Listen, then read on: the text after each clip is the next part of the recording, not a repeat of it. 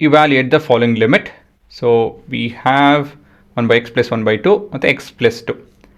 -2 substitute ಮಾಡ್ತು ಅಂತ ಹೇಳಿದ್ರೆ ಇಲ್ಲಿ -1 by 2 plus 1 by 2 0 ಬರುತ್ತೆ, -2 plus 2 ಅಲ್ಲೂ ಕೂಡ 0 ಬರುತ್ತೆ ಅಲ್ವಾ. ಸೊ ಇಲ್ಲಿ ಬರಿಬೋದು ಅಂತ ಹೇಳಿದ್ರೆ ವೆನ್ ಎಕ್ಸ್, ಒಂದು ಲೈನ್ ಬಿಟ್ಟು ಬರೀತೀನಿ ಚೆನ್ನಾಗಿ ಕಾಣುತ್ತೆ. When x is equal to -2 we get the result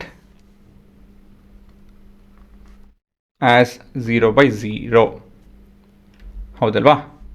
therefore we will need to factorize both numerator and denominator.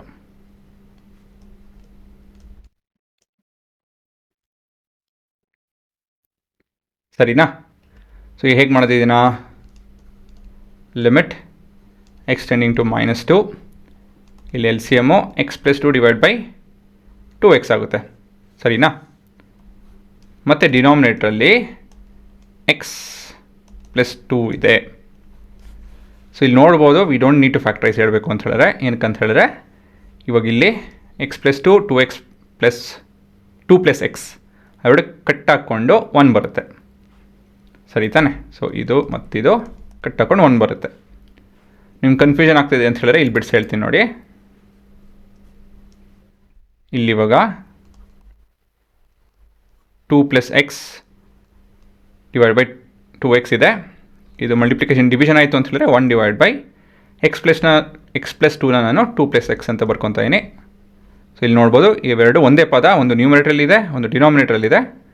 So ಒಂದೇ ಎಕ್ಸ್ಪ್ರೆಷನ್ ಇರೋದ್ರಿಂದ ನಾವು ಅದನ್ನು ಕಟ್ ಮಾಡಬಹುದು ಅಷ್ಟೇ, ನಾನು ಇನ್ನೇನು ಮಾಡಿಲ್ಲ.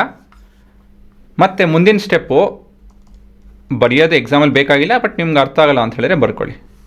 1 ಬೈ 2x ಉಳ್ಕೊಳುತ್ತೆ. ಇದಕ್ಕೆ ಲಿಮಿಟ್ ಅಪ್ಲೈ ಮಾಡ್ತು ಅಂತ ಹೇಳಿದ್ರೆ ಏನಾಗುತ್ತಿದೋ ದಿಸ್ ಇಸ್ -1 ಬೈ 4 ಆಗುತ್ತೆ. So this is with direct